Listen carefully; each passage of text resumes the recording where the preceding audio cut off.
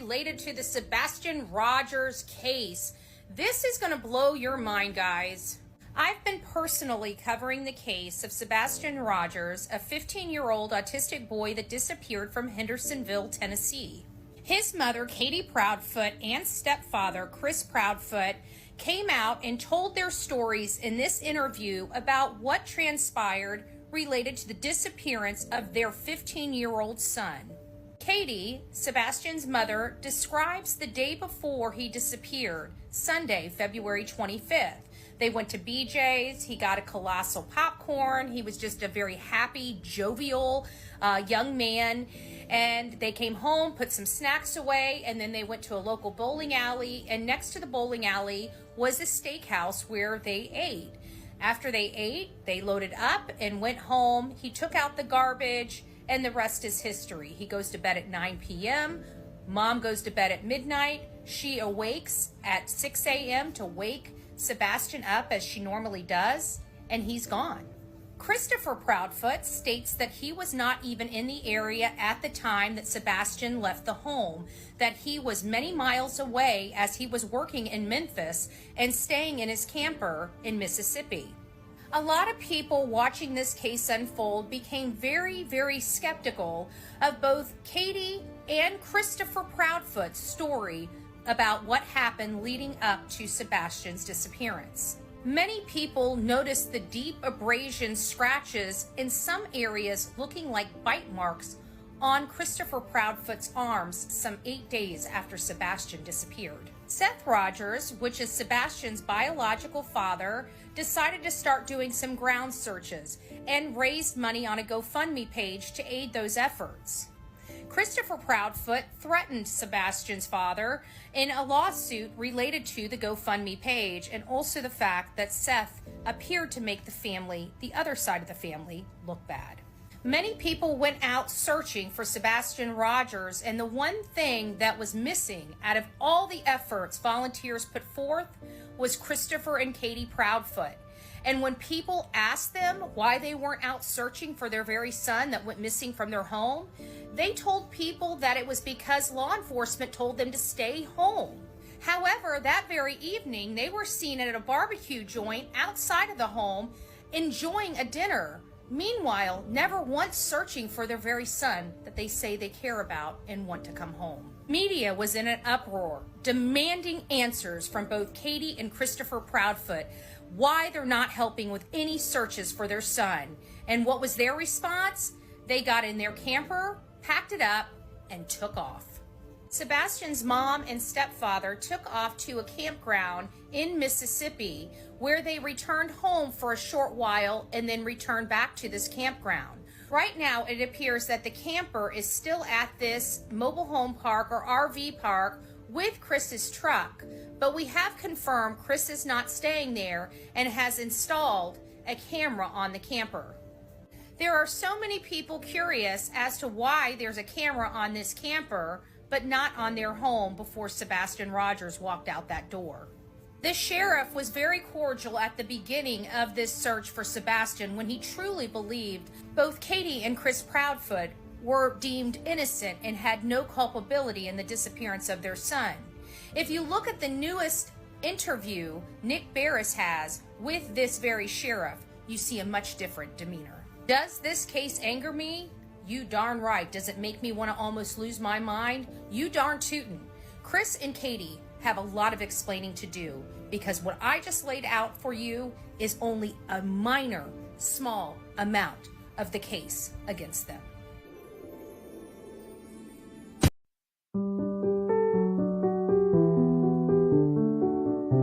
Tom, it's just a tough subject. A recent study by Brown University showed that nearly 450 children are killed each year by their parents. My daughters were picked up on a Friday by their father to spend the weekend, and that night he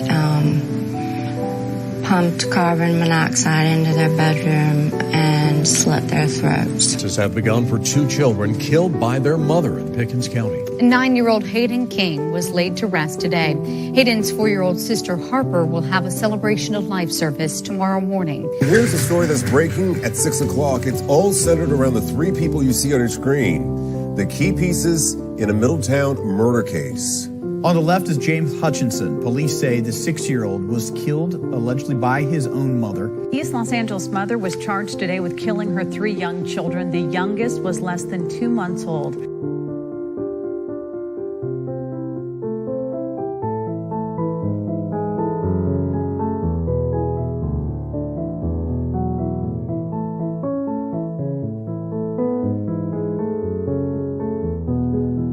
At 6 with breaking news.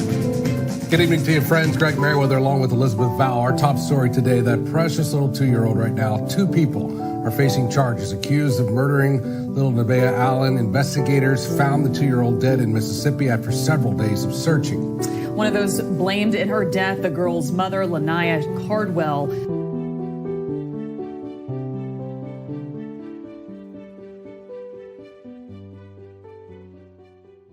From the East Coast to the West Coast, we are everywhere true crime is. We are asking for the public's help. We are searching in the woods. We are doing what it takes here on the Bullhorn Betty channels to find answers to the most alarming cases we have been watching on the news.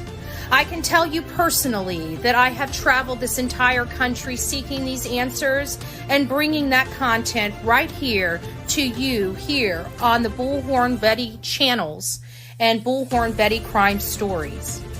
We are happy with the work that we've done. We brought many answers to the public, and we have defied mainstream media in our pursuit of the truth in these cases. We will continue to work. We will continue to fight for these victims, and we will continue to tell their stories here on my channels. Welcome to the Bullhorn Betty brand of channels and the Coffee Club. Thank you for your love. Thank you for your support. And more importantly, thank you for allowing me to bring these victims' stories to each and every one of you, advocating for each of these victims. God bless you. God bless America, and more importantly, God bless our victims.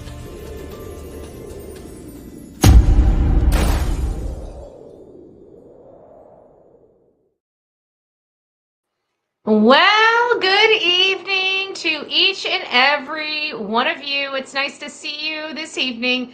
You guys don't understand, like I was just thrown off my game because this one decided to start screaming and hollering literally 2 minutes before. I put her down. She's got a bunch of toys here, but as soon as I start talking, she wants to be right here. So just bear with me. If you guys hear her whimpering, crying, or anything, it's just because I won't pick her up. So we're just going to roll through it and have fun with it. I don't know what else to say. We've got a long line of information to go through. One of the things today, for those that are just joining, we're covering the case of Sebastian Rogers. He's a 15-year-old autistic boy that disappeared from inside his locked home where he was residing with only his mother this particular evening. When she woke up, she says he was gone.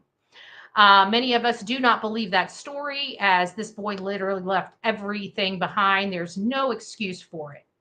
Now, I've been watching a lot of professionals on the news for some time and, getting their opinions. At first we were pretty strong on our opinions up front, and not a lot of the professionals were kind of voting with our opinions.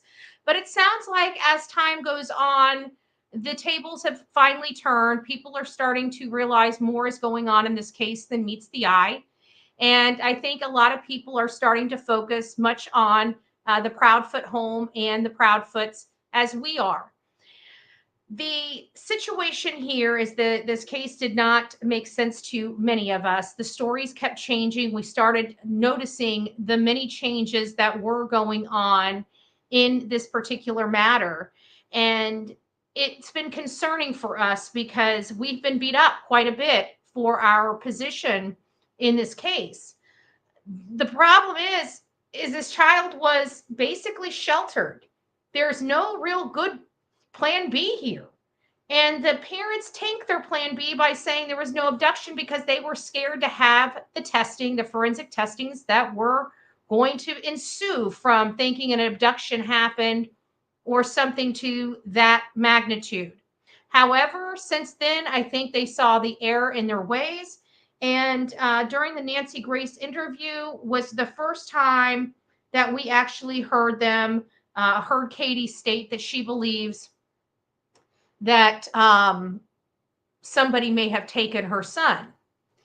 So that's kind of where we're at right now. And what kicked this off, and it actually was not really, when I started going down this path, it really wasn't going to be about Sebastian, always being in trouble. It actually, the title came from the research that I was doing.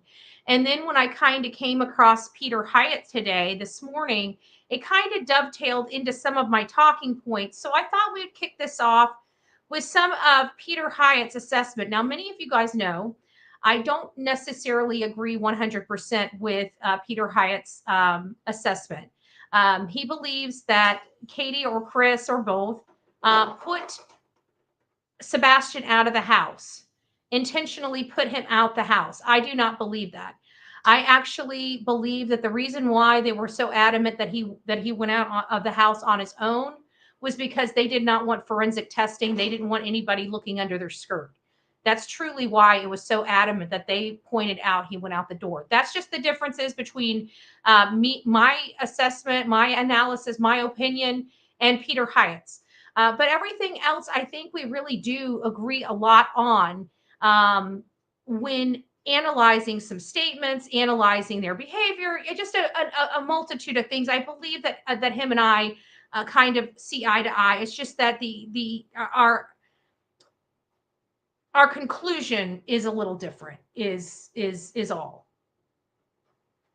I don't think our conclusion is a little different. I think our intro is a little different, like how we got here. But I think everything else is pretty much bodes well. So we have a few clips here. I think I'm just going to play like these first 4 minutes of what I've got up. And then this is kind of something that I thought was important, how he's talking about Chris, but I thought you needed to hear it. And we're just going to take, I think 60 seconds of this. I'll let me put you up on here.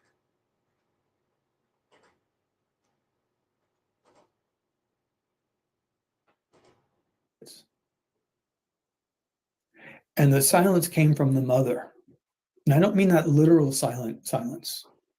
Actually, if I go back even further, the first silence would not be the 6-day gap. The first silence would be the 911 call that didn't exist. What do I mean by that? The sheriff's department was called by the person who wasn't in the home when he went missing. How do you squelch a mother with powerful maternal instincts to protect her child? How do you squelch that voice? Why do you squelch that voice? Why was she not the one that said, no, I'm calling. I can answer the questions. I'm here. I was here last night. So that itself, words that aren't spoken, is part of the behavioral analysis. So we have a significant delay in making a public plea for the missing child, but we also have the person in the home who could directly answer important, relevant questions not speaking. That's pretty powerful. I think that is a very, very powerful statement from Peter Hyatt. And I have to agree. We've talked about this a lot. And when she did talk, she screwed a lot of stuff up. She made a lot of statements such as, he's not in trouble. What do I mean by that? I believe he was always in trouble because Katie had stated multiple times that I can't understand. In the green shirt interview, she states, I can't understand why he would walk out the door. He wasn't in trouble. We've got it on Dutch's interview of March 17th at about 1 hour and 36 minute mark. He's not in trouble. They didn't really address it in the Chronicles of Olivia video. But they did start. Oh, and then there's some assessments that I made on Nancy Grace that we're going to reiterate. And then we're going to go over some of the red flag items as well. So just stick around. I want to tell everybody good evening. I didn't get a chance to tell you guys individually, but I will go through here just a few at the bottom. I just want to say, and a big shout out, my puppy is getting down. So if we start hearing, I'm not going to chase this dog around again. So if she starts crying, we're just going to have to keep rolling. Okay. If everybody wants to see her, here she is. She's starting to get a little rambunctious. She wants to get down. But this is Delilah. She's absolutely got my hair sticking up, but I'm managing. I'm doing really well. I'm not ready for the padded room yet. But we did get her some more teething rings, and I got her a little collar because I think she needs to go for walks, like get some energy out of her walks. I think just like maybe, I don't know, 50, 60 feet a few times a day would really, really, really help. I'm just saying. So we're going to try that. We're going to see if her energy level comes down just a wee bit.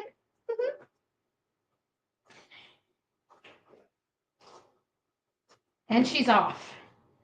And she's off. She's a little firecracker too. And she's got a little tood. I love it. I love it.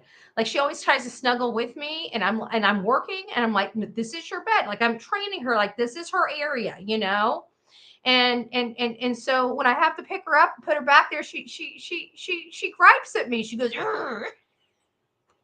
And I'm like, you don't talk to me like that.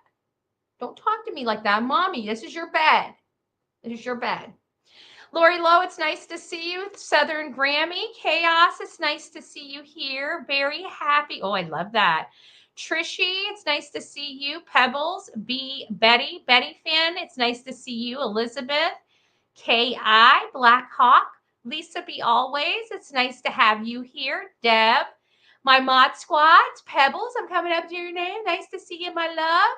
Mayfinder, Beautiful Disaster, Justice Jane, it's nice to have you. Ginger, Jenny, me and you, Dawn to Dusk, Hatter. It's the Hatter's Madness. I like that, but I have to go a little short. Renee, Karen, Mercy, Rebecca, it is nice to have you all here. The rest of my mod squad I know is somewhere in this mix. So hi to you all. And who do we have here? They need to bring Katie in alone for questioning. I'm going to start. You're already started. We're going to come back to that. We're going to come back to that comment because I've got some things that I think would be good to talk about. Now, just to let you know, I haven't, because I don't really have, I didn't reach out to Seth because he just had surgery today. But I wanted to tell you guys, let's keep prayers until we hear from him. And hopefully his surgery went well. And, in recovery now, and hopefully eating ice cream. They always love to feed us ice cream after surgery for some reason.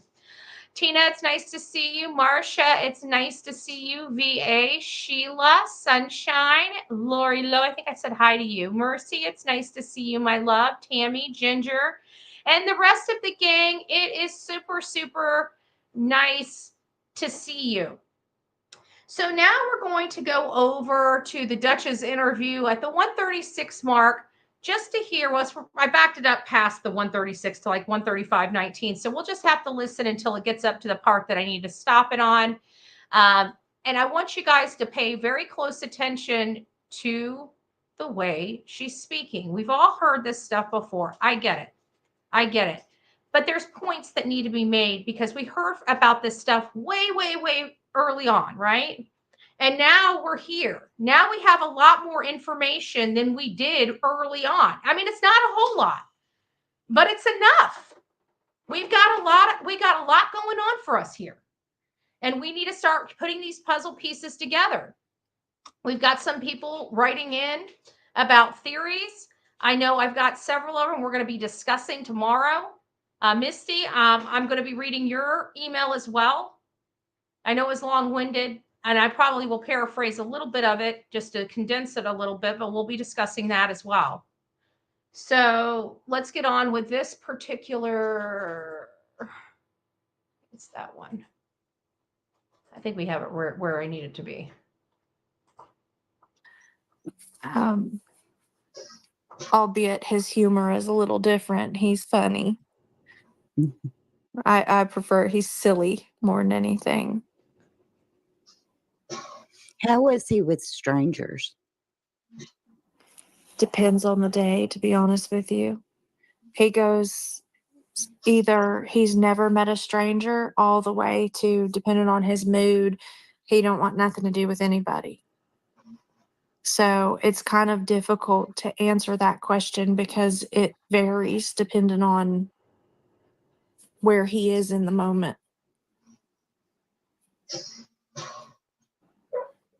Okay. Normally, he's. There's times he's not afraid to talk to people. There's times he is afraid to talk to people. Adults, maybe not so much, but children, he has no problem approaching children and talking. For the most part. For the most part, like I said, it just depends on what mood and what day of the week you catch him. Okay. Artie, do you have a question you'd like to ask? I just wanted to know if maybe, thinking back on it, is there anything you can think of that seemed off or out of the ordinary prior to him going missing that during the night before you noticed he was missing? I honestly didn't notice anything that was like, oh my God, that's weird, you know? I mean, we had a really good day. You know, he wasn't in trouble at all. Right We went to there. bed on a He wasn't in trouble at all. You guys remember the green shirt interview, right? You guys remember the green shirt interview. One of the things that she said is she can't understand why he walked out the door. She said, if he was in trouble. Like, I think she worked on that in a freaking mirror or something, you know? She didn't win an Emmy. I'm just saying. But we keep hearing this over and over again. He wasn't in trouble. When you have to go out of your way to tell everybody not normal people would think this kid is in trouble. I mean, he's got some disabilities, right? So it's all understandable. Why would he be in trouble? So why is she constantly having to tell us that he's not in trouble? He's not going to be in trouble. Even that green shirt interview, he's going to walk back in the door. What was one thing that you want to tell him? Please come home. You're not in trouble. Trouble. When somebody goes out of their way, this tells me he was always in trouble. And then you dovetail that over to Seth's statement. And now that piece of the puzzle kind of starts fitting together. Where Chris called Seth on the phone and said, oh, you know what? You need to be making sure he wears the diapers at your house. You need to make sure that when he's punished here, he's punished there. Seth would have never had any time with his own son because it sounds like his son's punished over every damn thing. Because Lisa B always hit the nail on the head. And Lisa said they were disciplining, they were trying to discipline this boy into normalcy. I believe it was you, Lisa. I believe it was you that said that. If it's not you, I apologize. But I'm almost positive it was you. And so now we're going over to Chronicles of Olivia interview. They don't really address any of this trouble behavior. But it is addressed in the green shirt interview. It is addressed in other interviews. And then we go over to Nancy Grace, and I have a whole mess to say about that. I've been reviewing that one again as well. And there's something that's glaring that I might have picked up on, but I don't think I exaggerated the point. You know, I think the point needs to be exaggerated here, not that it's being exaggerated. I think it's being under-exaggerated. I think it's being silenced, as a matter of fact, and we're going to talk about that. I want you to pay attention to the flow of how Chris answers all these questions with all of these news people, right? How he answers it with other content creators, right? how he's free, how he seems comfortable. We're going to see this in the Chronicles of Olivia interview in just a moment. Again, I want you to pay attention to his behaviors also, as well as what he's saying in these, because it's going to dovetail right into my Nancy Grace segment, I think, beautifully. Okay. Chronicles of Olivia. I know we are going to be starting on the second one first and then go back to the first one. Ew, did I not get her? Give me just a second. I must not have gotten hers. I got her page up, but I guess I didn't pull her thing out of it. There we go. I'll pause this.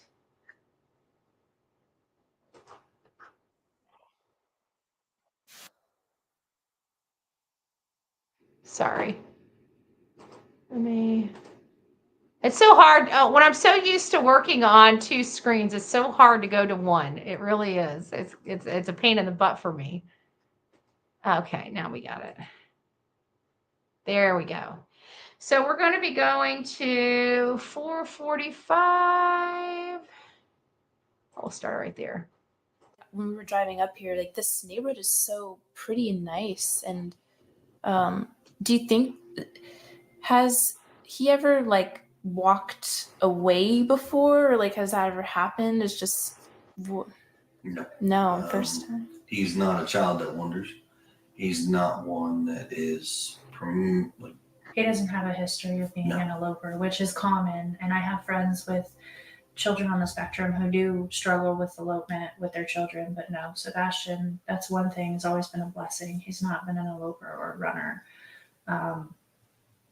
His primary areas are like social and emotional dysregulation issues and things like that.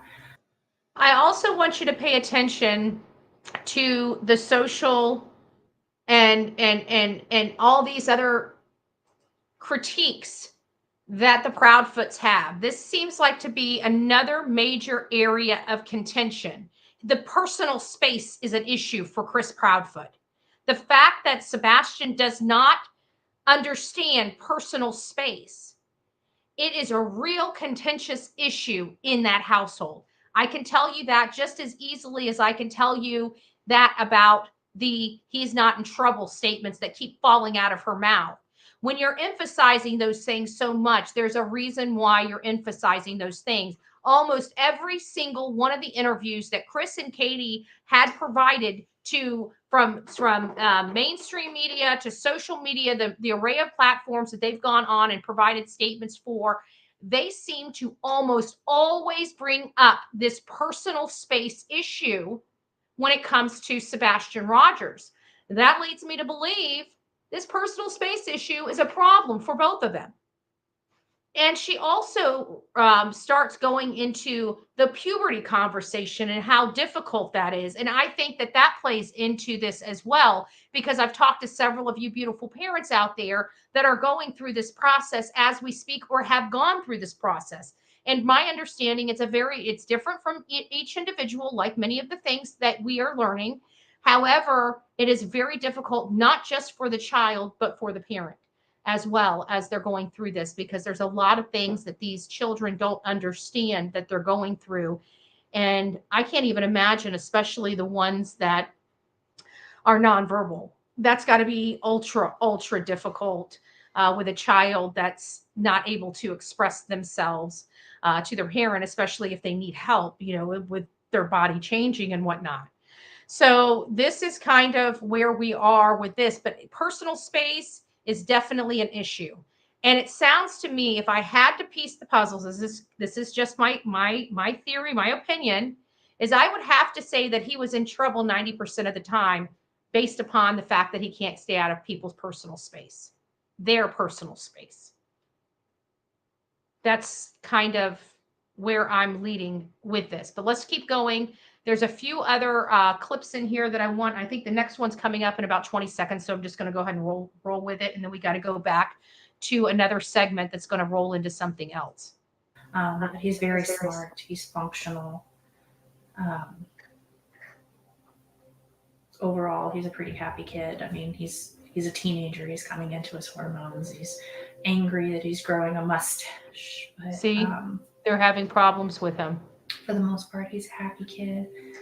And oh, sorry. What are your theories? Like, I'm sure your mind has thought of every possible thing that could have happened, but so this is the difference. So why I pulled this particular clip up, y'all, is because we know from the earlier interviews what they feel, what their theory is that happened. He walked out the door, right? That is their theory. That's what they have been peddling this entire time up until they get to the Nancy Grace interview, where they start saying, where she finally believes that it's possible that somebody could have taken her son, right?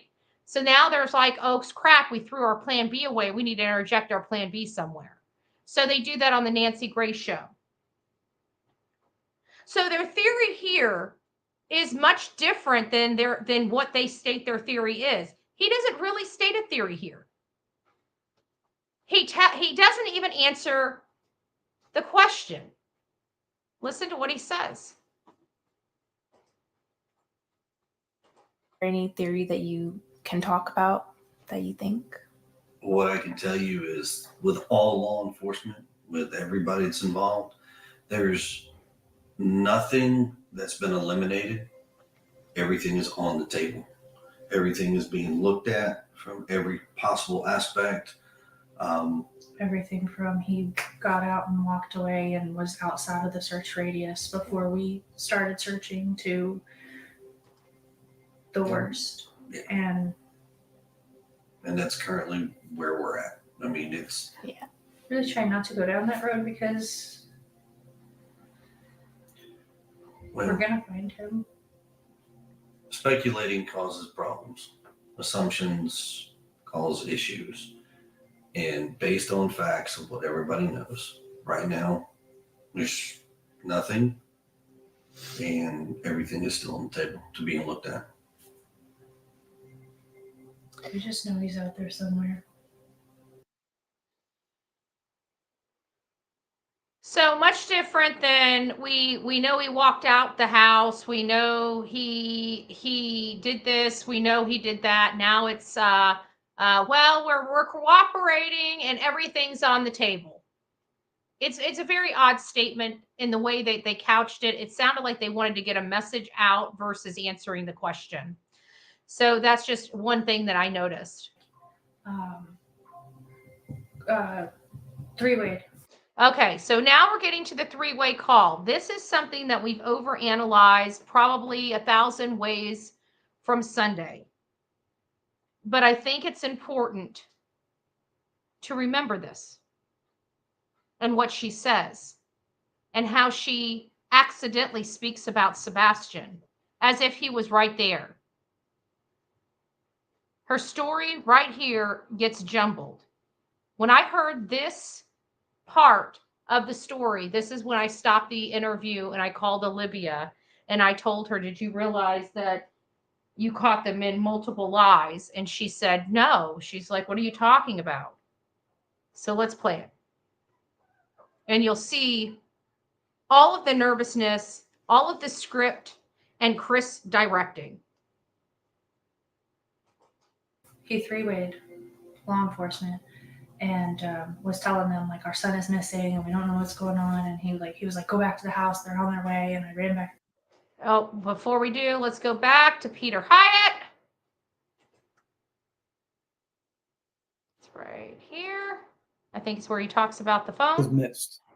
So statement analysis will deal with what one tells us and also what one doesn't tell us. We're going to view that. So if your 15-year-old special needs child went missing, would you A, shout it from the housetop, or B, wait a week until social media pressure builds up? Oh, that's what he's talking about. Sorry, I went back too far. But either way, you guys heard that before. He was talking about the fact that Chris is the one that made the phone call, not Katie, to law enforcement. That was odd. And so now we've got this going on where she's explaining it. And let's just go back one more second here. There we go. And we'll replay this. Three-wayed. He three-wayed law enforcement and was telling them. Look at his face. Wait a minute. Watch. Look at his eyes. And oh, I went too far. Hold on. I didn't go far enough. Hold on. Let me go back. Watch, and then he comes out after I come back, and he likes to scare me. But after I looked, and I mean, mind you, all of this took place in like 1 minute flat. But I didn't see him in his room. I looked all over. I ran through the whole house. I looked out all the doors. When and she windows, starts tapping on the like, table, watch his face. And, I picked up the phone and I called my husband and I said, I can't find him. And he said, what do you mean? I said, he's not in his effing house. I can't find our son. And I jumped in my car and I drove around the neighborhood and I drove over by the school, and he's already like, at this point I was like hysterical and I was crying, I was screaming. And he was like, he distracts her. Three-way. Look at his face. He three-wayed. It looks like he's almost reading the script in his head. Did you see his eyes? His eyes like move. Did you guys see like he looked like he was reading something up in his head? I'm telling you. They had a plan on what they were saying, and she was getting off script, and he corrected her. We've talked about this before, but look at the man's face. It says a lot. It says a lot. Telling them like our son is missing and we don't know what's going on, and he was like, go back to the house, they're on their way. And I drove back to the house, and 20 days. Look at her. She's describing the day she found her son missing. And when this interview took place, it was 20 days prior to. Not one bit of concern on either one of their face. They're very calm. It's almost as if they train themselves to make sure that they stay calm, not get excitable. So much so, they show no emotion. No emotion at all. Now we're going to go over to one more spot in this. It's a little further down. And the awareness. Is this it? I had my times. Let's listen to what. Apparently, I got it marked here. I want to go back just to 5 seconds. Like a shocker. Like, how do you not know? You know, it is amazing because in the past couple of weeks, you've got 2 cases. A 15-year-old. This is why I grabbed this clip. So we're getting into where he starts justifying his child also missing. This is something we learned with Don Wells. Don Wells did this a lot, even though we know his child, there's no third party that went on that mountain and took that child. There's no possibility of that. I don't care. I don't care who wants to take me to the mattress over this. There is no possibility that child was abducted from that mountain. Period. Period.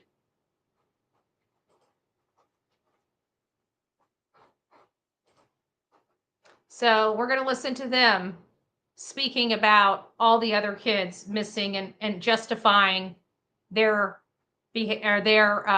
missing child.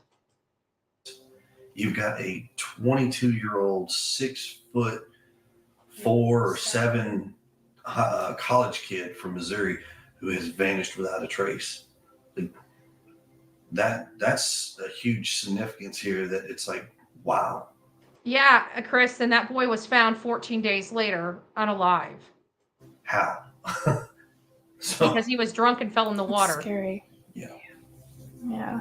And unfortunately, the college kid is from Missouri, I think. Yeah, Missouri. I can only imagine what his family is going through. It's like your worst. They actually show emotion, Chris and Katie, just to let you know. I mean, in case you're paying attention, the mom can't still to this day can barely hold a sentence while you guys are just nonchalantly speaking about Sebastian and all of his quirks and goofiness and silliness. Nightmare come alive. Do you guys receive hate on the internet? Yes, and it's ongoing. It's every single day. I don't think I think he's watching the hate. He's choosing to watch the hate at this point, because it doesn't sound like the hate is being called to their house. It doesn't sound like he's receiving harassment calls or emails or mail. It sounds like he's upset about how people are covering his case online at this point. So I'm not going to really go into that, because I'm not going to give them a time to, go through their grievances when their son is missing. So we're going to get into the green shirt interview. The green shirt interview is also interesting. You're going to hear a lot of the same things from the Dutch's interview, well, with relation to how he's not in trouble, right? And how he's not in trouble. So let's go ahead and, without further ado, play this one. I don't think you guys need to see that over there. Can you walk us through what you're thinking right now? I just want my baby to be okay. Sorry. I don't know where he's at. Mom Katie broke down several times in our interview, but says her hope is strong that her son Sebastian will be found safe and return home. He's going to walk through that door, and the street will be flooded again with family and relatives all waiting to hug and love him. And Stepdad Chris says it's been an emotional roller coaster that all started Sunday night, February 25th. Pretty normal. He was playing in his room. When I told him to go to bed, he did. That was a lie. And she followed up with a, like nobody's going to believe that laugh. Because he most likely didn't go right to bed after that day. We all know that as well. Most likely. He said, "Good night, Mom. I love you." Katie says she went to wake up Sebastian around 6 a.m. Monday for school, and he was gone. Within minutes, Katie says she was on the phone with Chris, who was working out of town, and they quickly called 911. He was not on his crane at 6 o'clock in the morning. He didn't get there or start his job or start climbing up the ladder until almost 7 o'clock, if not at 7.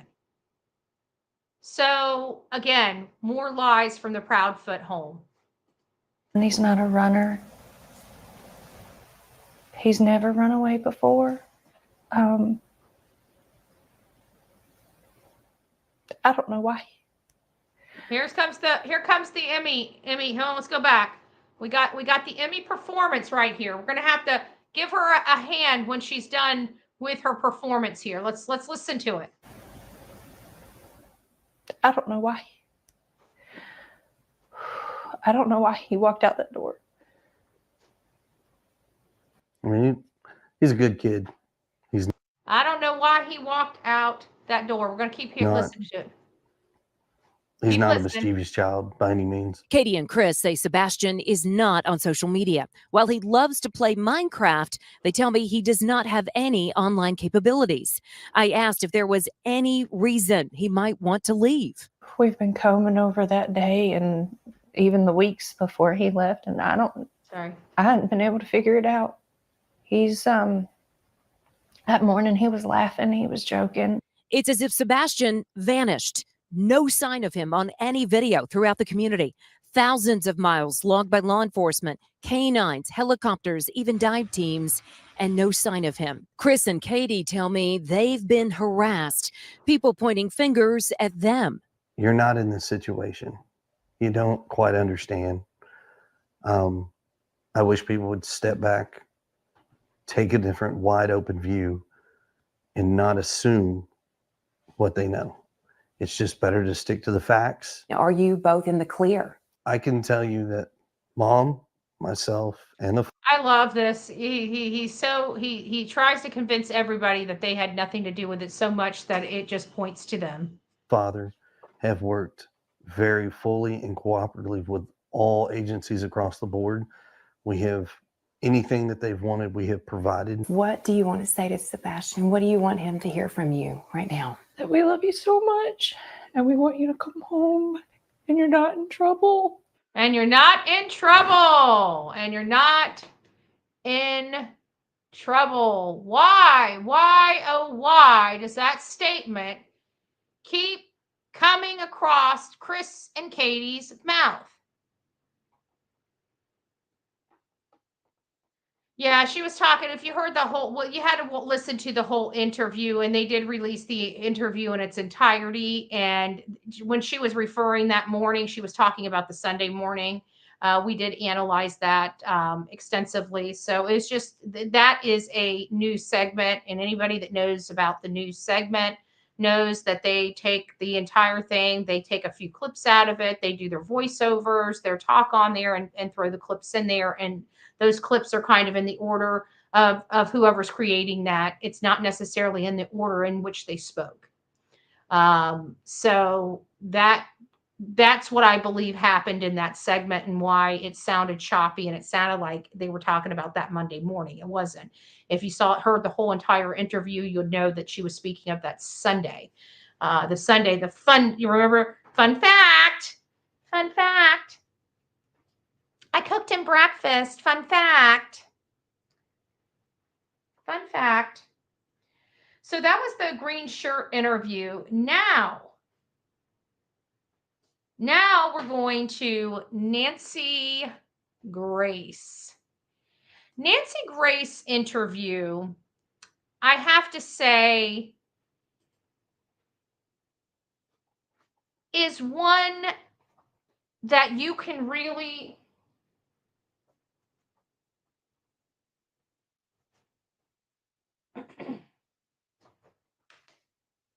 what are you doing?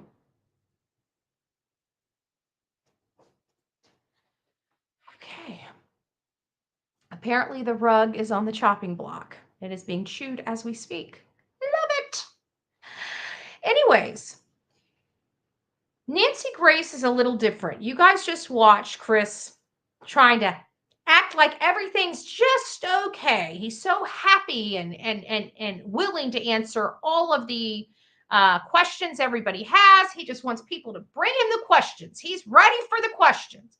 He wants to get this thing done. He wants to plead his case. He wants social media and all of us buttheads out of his way, right? We're just making we're pointing the fingers. We should learn the facts. We don't have the facts on our side. Only Chris Proudfoot really knows the facts. He's the only one that's got the in with the FBI. He was the only one that got the ride along with the FBI to look at some places. He's the only one that could tell you those places. Nobody else went on this ride along. Just him. And he knows, even though he was 3.5 hours away, he knows everything about this case, more so than Katie, the one that was actually in the house with the child. Knows more than she does. Knows more than all of us, knows more than Seth. He is the one that has all of the information, all the top stuff that the cops won't tell anybody else. He's got that. And he's always happy to, let you know he's got it like that. Right? Arrogant. But Nancy Grace isn't a YouTuber, is she? Nancy Grace is a prior prosecutor. You're talking about somebody that knows their stuff, right?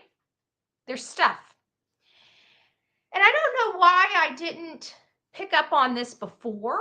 And maybe I did. Like I said, I may have brought it up, but I don't think I emphasized the importance of it. And then I started thinking, cooperating. She's always wanting to tell us that he's cooperating. He's cooperating. So how well is he really cooperating? If I had to say anything, I would have to say he answers the statements or the questions law enforcement has, much like he answered them for Nancy Grace. You are going to see a totally different Chris and Katie Proudfoot, ones that answer their specific question. They don't elaborate. It sounds like somebody, like an attorney, because these are things that I would say when you're going in for a deposition, you answer the questions that are being asked. You do not elaborate unless you're requested to elaborate. You answer the question, yes, no. Keep your answers short, concise, right? Now watch and listen. I think this is the cooperation law enforcement all received at the hands of Chris and Katie. We're going to first dovetail to one section of this, and then I'm going to go backwards. So my first is 1930 on the Nancy Grace Show. And this right here is she wakes up at 6 a.m. I want you guys to listen to this. We are going to talk about this. This is a major contention for me. Major, major, major. So much we have discussed it on this channel at length. Listen to this. Busted. Goes right into the heart of what I had previously stated. Let's listen. I'm positive. How do you know what clothes he was wearing? The clothes that we described are the ones I saw him in when he went to bed. That morning, you woke up at 6 o'clock. Is that the normal time you wake up? Yes, ma'am. Okay. Done. Problem solved. Everybody wanted to know. Said, oh, she must get up a little earlier. Right? She must get up a little earlier. Got dressed and went and woke up Sebastian. No. That's not true. Katie wakes up at 6 and goes in and wakes up her son. That woman should have been in pajamas when she got back home. That woman was fully dressed when law enforcement came to her home. And based on the Nancy Grace interview, she woke up. She went in the room. She realized her son wasn't there. She freaked out. She got on the phone with her husband. Within 3 minutes, she's out the door searching the roads. Neighbors see her, outside the house. But you know what? They saw her fully dressed. They saw her fully dressed in all this hysteria that she wants us to believe she was in that morning. The morning that Kathy Bowersox was around the corner at Worsham's General Store 15 minutes before she knew her son was missing. And she's fully dressed. These are problems for me. She should have been in pajamas. She should have had to excuse herself from law enforcement and said, I need to go put some clothes on. May I go in the house? She was probably forced out of that house. She probably wouldn't have been able to go in the house to change her clothes because they most likely locked the house down at that moment. And why her neighbors were able to see her outside with law enforcement is because she was probably forced to go out there with law enforcement until they at least searched the house. They probably allowed them to come back in by the time Seth was there, which he sounds like he got there at some point. But at the end of the day, Katie Proudfoot woke up at 6 a.m. Come here. Okay, I'm not chasing you. Woke up at 6 a.m. and she should have been in her pajamas. I'm just saying. So that was very important. Come here. I'll pick you up if you come here. I'm not chasing you. Come on. Come on. I'll pick you up if you come over here. I'm not chasing you. Good gracious. She gets right up when I'll go to grab. Come here. Come on. Come here. My fingers, I'll let you chew on my fingers. This is not playtime, okay? I'm working. Okay, you're just going to have to bark. All right, so this is going to be where I don't understand why they do not have probable cause for at least the bedroom. Because we know, according to the National Center of Missing and Exploited Children, they should have treated this house like a crime scene. They should have locked this house down. They should have locked his bedroom down. And it specifically says the bedroom. And it specifically gives them directives on what to do and what to collect in the bedroom. They did not do that. Therefore, there should be forensics. They even adamantly state you should have the paperwork signed immediately by both of the parents or by the parents to do the testing. So they either didn't consent to the testing or they failed to do it. And law enforcement's not telling us whether Chris and Katie declined allowing them to forensically test their home. That would be interesting if they so chose to decline. But there has to be a reason why law enforcement has not done the forensics in that house yet. I'd have to presume. And then when I look at this Nancy Grace interview and I start connecting the dots, this has to be how they're acting with law enforcement, because they have to look at Nancy Grace as a former prosecutor. And they are very, very cautious, almost so cautious that they're nervous about answering these questions. Let's watch.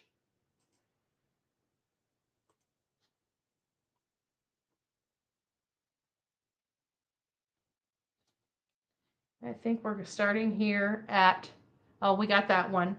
Now we got somebody has my son. This goes to the forensics aspect of it. This should be their probable cause. She finally admits she believes something happened to her son. Anything. Was Sebastian angry or upset before he disappeared? No, ma'am. Not to my knowledge. What is your theory about where is Sebastian? I wish I knew where he was, to be honest. Your theory. I think it's possible that someone has my son. Why? Boom. Let's listen. Because I feel like if he had been close to the house or had walked off, that we would found him by now with as many people as we had searching. Boom. So now the parents believe that there was an abduction of some sort.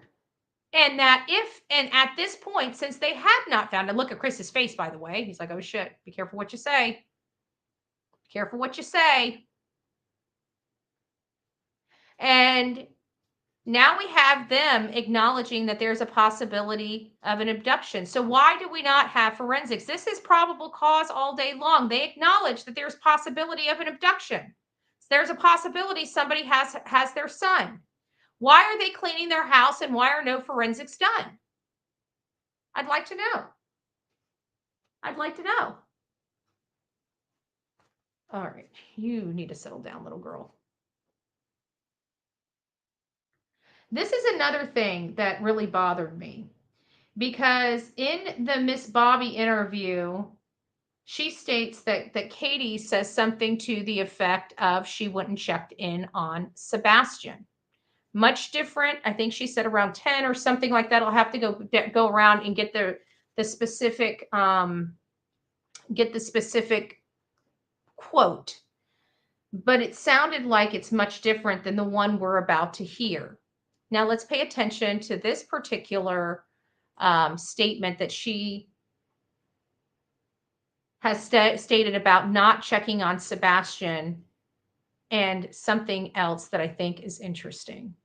And this is when we first hear this interesting thing. Not typically. Since he's gotten older, I've not been checking on him as frequently throughout the night, because normally he's good to go in his room once he goes to bed. Earlier, you had stated you heard a noise in his room before you went to bed. What time was that? Around 10 o'clock. Did you guys just look at her, look down?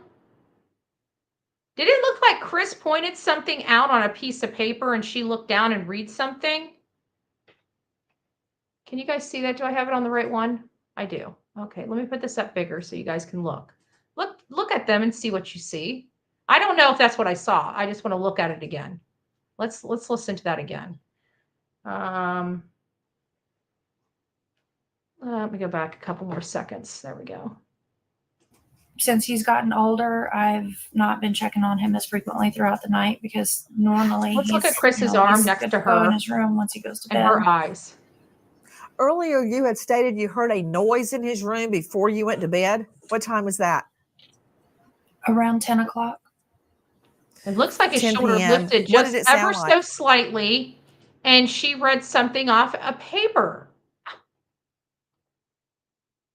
Noise in his room before you went to bed. What time was that? Around 10 o'clock. She's reading something. Huh. Well, I'll be. Let's keep, let me go back and we'll let it roll. Earlier, you had stated you heard a noise in his room before you went to bed. What time was that?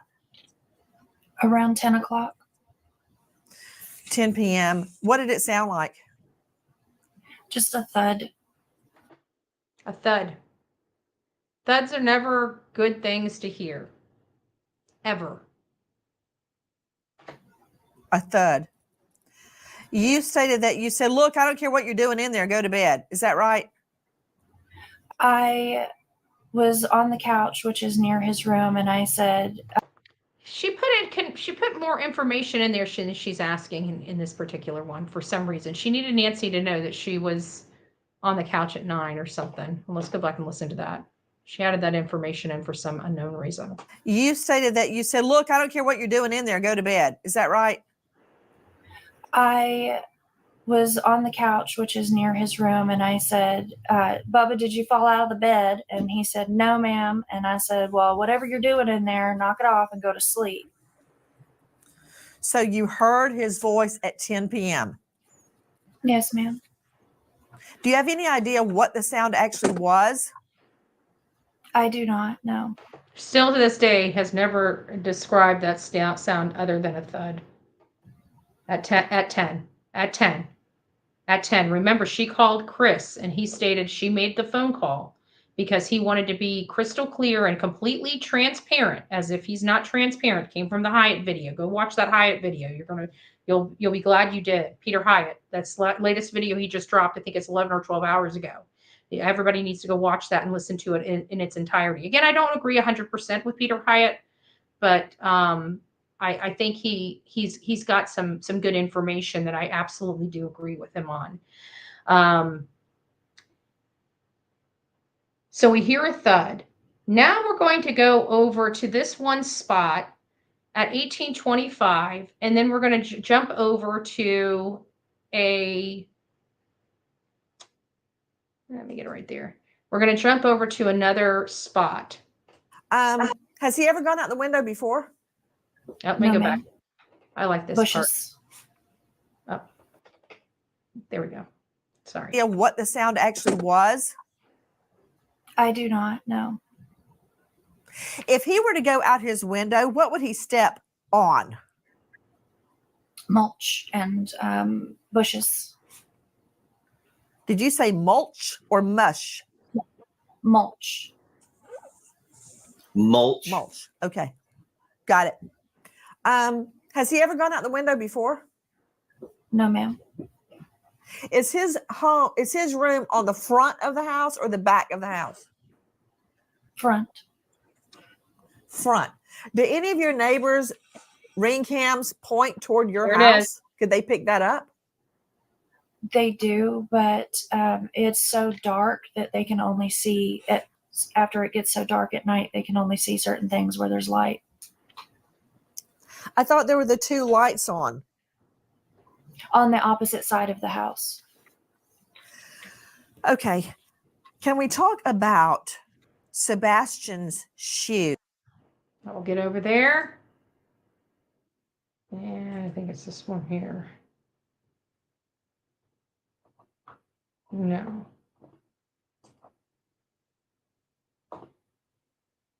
Which one's this one? This is it.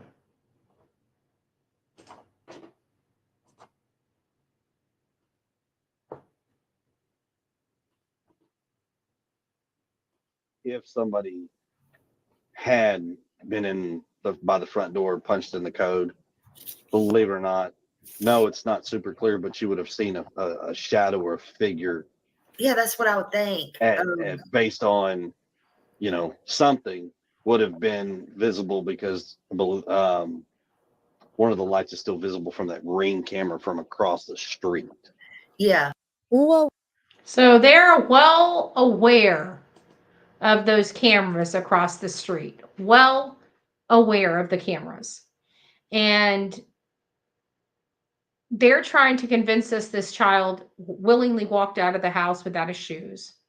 They're wanting us to believe that the 3-hour conversation was just nothing to see over here, that the light phenomenon outside of the house is just a creative imagination. The light phenomenon inside the house are just gossiping neighbors, that their story changing is just our illusion. That is the case of Sebastian Rogers. There is no way in my mind that law enforcement actually believes that these parents had nothing to do with the disappearance of their child. Law enforcement has given us no update. Law enforcement doesn't appear to be searching for Sebastian. It appears that law enforcement has given up on finding Sebastian healthy. We don't hear anything from law enforcement. We hear of no searches. The places that they last searched were landfills and waterways, not something conducive of a person that is healthy.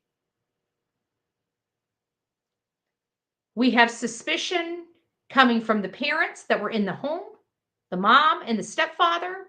We have suspicious behavior coming from his parents, the Bowersocks, and their immediate family, including the aunts and cousins, none of which ever came out or participated in searching or handing out flyers. Do you know, in Elijah Vu's case, it was the community and his grandmother that fought like hell to try to find him and is still fighting like hell to find him right now?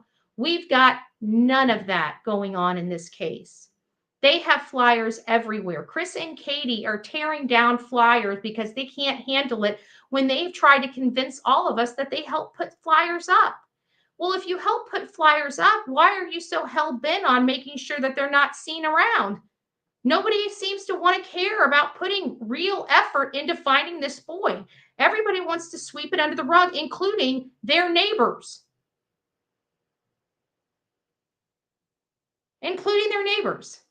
Their neighbors are just as responsible for not helping, not putting up ribbons, none of them have signs in their yard. None of them. None of them. I have never in my life, I've walked into so many communities of missing people, and their entire neighborhood has blue lights or yellow lights or red lights and ribbons out on their posts, and just really honoring the child missing from their community, and we get shit from this community that's upper crust, that have money and have more scruples and common sense than this nonsense. This was offensive to me. And I'm not just talking about Chris and Katie's behavior. I'm talking about the whole damn communities. The whole damn communities.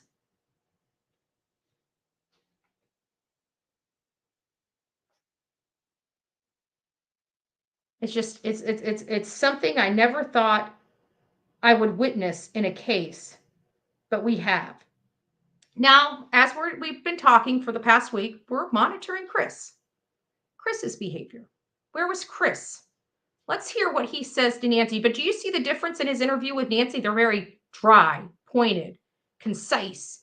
They're not moving too far, adding any additional information, very limited additional information, which is much different than all the other interviews from all these other boneheads that we've seen, including, interviews like me. I consider myself a bonehead compared to Nancy Grace, right? So I don't want anybody getting their knickers in a wad or thinking that I'm insulting them.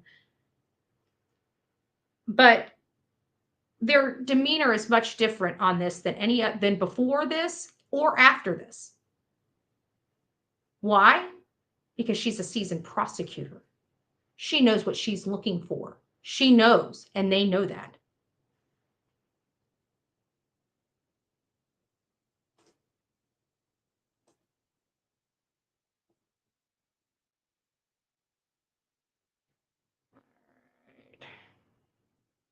Almost getting there.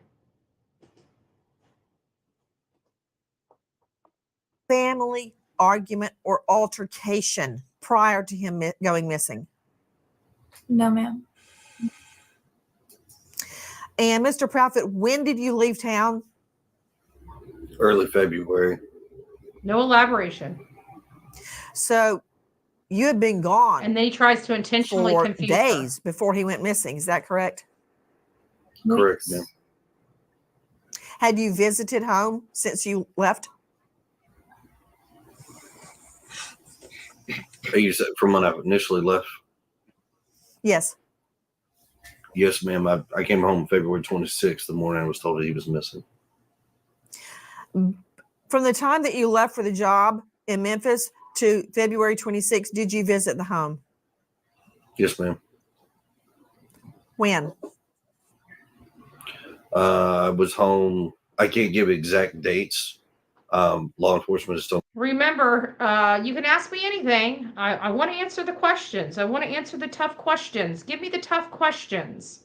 And then it's, oh, I can't answer that. Me not to provide exact dates, but I had been home multiple times prior to February. And then I left early February and then didn't come back till February 26th, the morning he was missing. So you were not home from the time you left early February till Feb 26. Is that right? Correct, ma'am. Where were you living in Memphis? I have an RV trailer that I stay in at an RV park. RV park. Okay. Following back up on. It is very important that we take note that he states he was not there at all in February. From the time he left, he came by the house several times during January month, but none during February, none at all. He disappeared February 26th. What was going on in the household that he didn't find it necessary to come home like he did the prior months? Could this have been the ultimatum? Him or me? Him or me? And then once again, let's listen to what I really think the culprit of all of this is. All of this insanity. All of the bullshit related to this case. And it's none other than right here. I've got a question for Sebastian you. yet again. I want to find out about Mr. Proudfoot hitting Sebastian with a belt. What happened? That was actually several years ago, and it to was Mr. Proudfoot, to Mr. Proudfoot, to Mr. Proudfoot. Yes, Mr. ma'am. Proudfoot, what happened? Oh, I'm sorry. I misunderstood. I thought you were asking Katie. Sebastian had gotten in trouble. He got caught lying. And I had asked him, I said, hey, you got to have a punishment for this. He says, yes, sir. And I said, okay. So I gave him a swat with a belt on his buttocks on the outside of his clothes, one swat. What did he lie about? I honestly don't remember at the time, but it was probably something dealing with school because that's majority where his issues lie. Did he have other issues at school? Some behavioral stuff, but nothing too crazy. Here it comes. What kind of behavioral stuff? He has a hard time. He's like awkwardly socially like blending in with students. So it's a little, he's trying to figure out how to do it, but respecting people's space. He gets a little too close. And then kids don't really accept that too much. So it kind of causes. So again, It seems like Chris has a problem with Sebastian's lack of personal space. It sounds like Chris and Katie have a problem with how his therapy's not, again, it comes down to, we keep hearing about strictness and discipline and stuff like that. We're not hearing a whole lot of things about nurturing or guiding. We got more of that from Seth. He talks about how you could be a builder or you can be a destroyer, teaching his son how to cook, things of that nature. You hear none of this coming from Chris and Katie. And it's always demeaning. He has no personal space. He's not in trouble. It just all implies that he's in trouble all the time. He has problems sleeping. And then we hear that he has incontinent issues only over at his mom and stepfather's house, and that his father doesn't have these problems. And you wonder why. Because stress and abuse trigger that in people.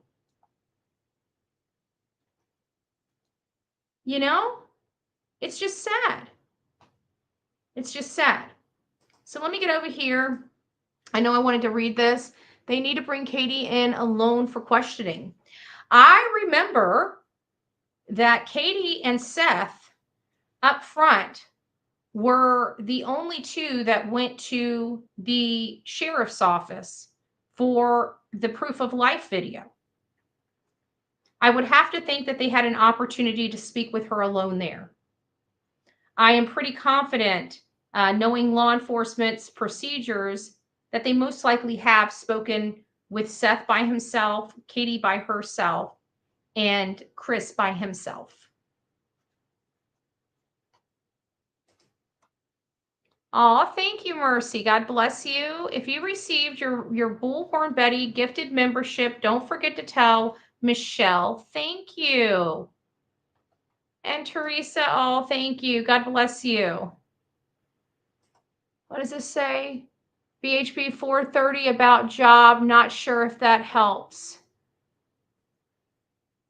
4 minutes on which video, Michelle?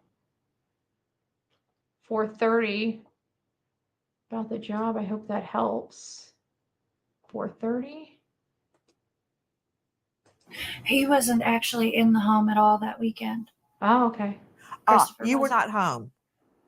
No, okay. ma'am. So where were you, Mr. Proudfoot? I was in Memphis, Tennessee. How far away is that? 3 hours and 37 minutes from doorstep to doorstep. And what were you doing in Memphis? Working. And he's inaccurate about that. He must have checked his timing at the wrong time, because when he checked that timing in the morning when he's going to work, it should not be that long. It should be much shorter. I think I got there in 3 hours and 5 or 3 hours and 10 minutes or something like that from Hendersonville, from their home. So I'm not sure if that's necessary. I think it depends on what type of day it is. Let's just listen to the rest of it, and then I'll start looking at some questions. I'm currently working, or was working, at the St. Jude Children's Hospital construction project.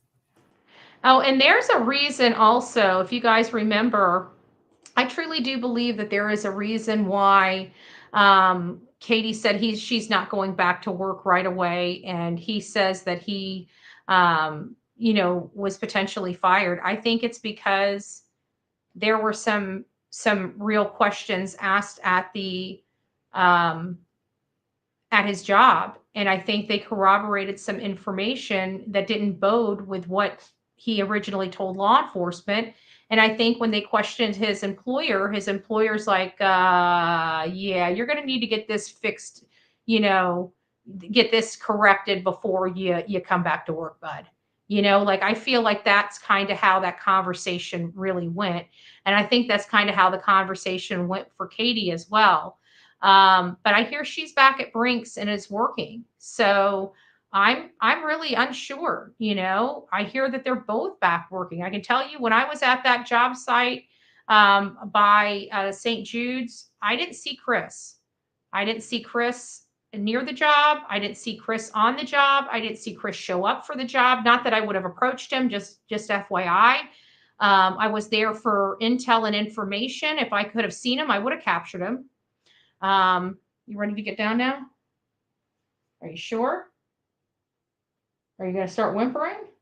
Well, say bye to everybody before I put you down. Say bye. Say bye. Say bye, guys. It's nice to see you. I'm going to go see how much damage I can do before Mommy gets off her live. Yay! All right. So, there's a lot of issues. I'm trying to really bring this all home for you because there's a lot of stuff going on in many different phases, from the very beginning to the middle and all the changes that kind of went along the way. And then we're kind of here. And we're being told that all of this is just an illusion in our mind. And it's like, wait a minute, this isn't our story. This is theirs. This is them telling us their story and them changing their story and us catching up on it and picking up on it and presenting that. This isn't my story. I didn't make this up. I ain't the one talking. I mean, you guys see their mouths are moving. It sounds like their voice, not mine. I mean, my voice, it doesn't always sound this good. It depends on if I'm on a bullhorn. I ain't coming back like this. All right. I ain't getting back really hoarse, I've been drinking lattes, but my throat's been doing well today. I don't know what it is. Maybe some puppy love. I don't know. But I gotta say, oh, Big Mac Mike's up in the house. It's nice to see you. Nice to see you. Our resident defense attorney. So, resident defense attorney, I'm going to ask you. Sonia, thank you. If you guys received your gifted Bullhorn Buddy membership, thank you, Sonia. That's so sweet. That's so sweet. God bless you. Hold on a second. There was something I was just about to ask and I forgot to I just lost track of my own thought. It happens this late at night. I swear. Go tear Mommy's paper. Oh, good gracious. She chewed I've been carrying those papers around because we flip through them every now and again. And I kept seeing her, getting down and, I had them covered under the pillow so she wouldn't see them.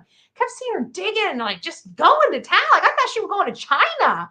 And I'm like, what in the world are you doing? And I looked at it and the bottoms of all the papers are all chewed. I'm like, no. The first thing that came to my mind is the old excuse, the dog ate my homework. How many kids got in trouble when their dog truly ate their homework? I feel so bad for them. But I believe him now. I'm tearing up as I'm saying that. Oh, good gracious.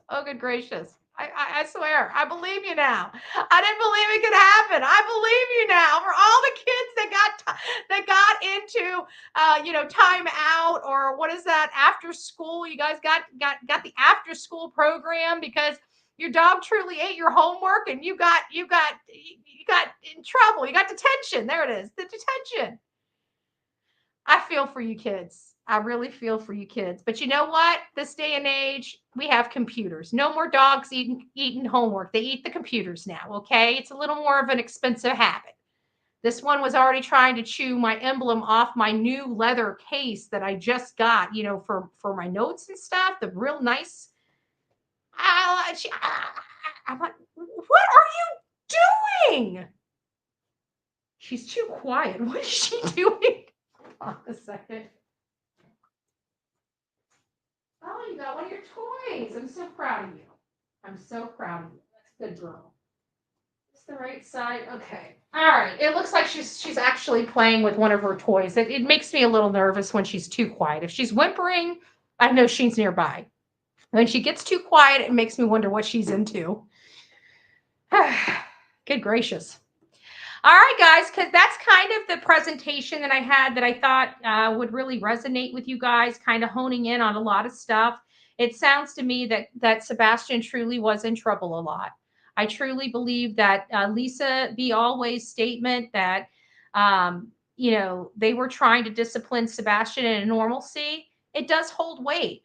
And it does sound like one of the biggest contentions of everything is a personal space issue. Chris demanded personal space, and Sebastian wouldn't give it to him. Did this play into why Katie snapped? It seems like she has the same personal space issue. Could Sebastian just have gotten on her ever last nerve? I don't know. I don't know. We're going from her snapping to her planning. I mean, it's the two theories, both of them could hold water at this point with the information we have. But I still believe this was spontaneous. Even though we're going down the premeditation route, just my heart of hearts just feels that this is spontaneous. This was something that was unexpected, that just blew up that night, whatever happened, even though it is awfully coincidental with the 8-year milestone. I do believe, but I got to tell you, it's really hard not looking at the premeditation because of a lot of things going on. But nothing's pushed me off the fence just yet. It's still a rolling theory because it does appear it could hold weight, and we have to look at it, you know? Damn, if it is, I will be I don't even know what to say. I really don't. But anyways, guys, I want to say thank you for all being here. Let me just see. I'm just going to go up just a little bit and see if there's any questions that I might answer. Whoever is asking, they talked to Terry Lynn. Sebastian was on the internet at Uncle Danny's and got into trouble. Until I can corroborate that, I'm not going to state that, because so far in my work, I haven't heard of this trip to Danny's. Okay. And I understand that Terry Lynn's doing her own work, and that's gravy. But her work's not my work. And I'm telling you, I've got nothing in my work that indicates that. So we can't, at least on this channel, we can't pass that around as fact, because I've literally found nothing and I've dug. Now, if I can find some information that links it, I will. I will. I have no problem doing that. But right now, everything I'm seeing, I can't get that to bode. You know? A wonderful live tonight. Oh, thank you. Thank you. Okay, find out what Katie does for a living. Press play. She puts in security systems. Yet she had no security system or no cameras around her house, according to them, the night that he disappeared. Having a medically needy son and no security system from one of the best security companies that we have across the United. I wouldn't say best, but you guys know what I'm saying. I mean, they're a huge organization, a huge outfit. It's a nationwide company she works for. That's huge. That's huge. She probably got some good rates. She probably got some discounts, some employee benefits, to get the service. Why? Why? He supposedly slept the night before, so say 6 hours of sleep, 10 minus 6, 4. So what did CP do for 4 hours? Exactly. And actually, I think he was out there even longer. I think it was him in that car. I think it was him in his mother's car. I really just don't. I don't see these elderly. I mean, you know what? I'm sorry. Terry Bowersox may think he's a badass.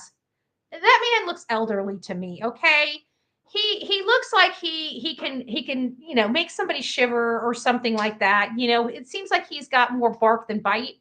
And quite he reminds me of a stupid putz. So I don't really. Yeah, will they do some dirty shit? Yeah, I really believe they'll do some dirty shit. And the process they used with Nina was a legal process, actually. It wasn't that they just kidnapped this child. They waited until the child got in their custody. Then they did a legal maneuver, okay? It was a shitty legal maneuver, but it was a legal maneuver that they did, a lawful legal maneuver. She ended up going to court and getting her daughter back. But so they'll be part of that kind of dirt, but I don't think they're going to, I kind of feel like Chris would have shielded his mother and the Bauer Sox from culpability. They may have a little bit, but not, I don't think they were driving the car. Do I know that for a fact? What in the world just happened? That was weird. It just, my computer just, the screen just went, I'm like, what the heck is that? I don't know. That was weird. It just kind of, I don't know if it timed out. I don't know if there's a setting that timed me out for some reason. I don't know. I don't have this problem on other computers, but I'll check that. But anyways, I just don't believe that the Bowers, I believe that Chris would have protected him. He's the man. He would have told them, you need to get out of Dodge. I think that's exactly what they did. I think they went to Alaska to get out of as far away as they could possibly get. I don't know. I just know it doesn't seem right to me. You know what I'm saying? It just doesn't seem right to me.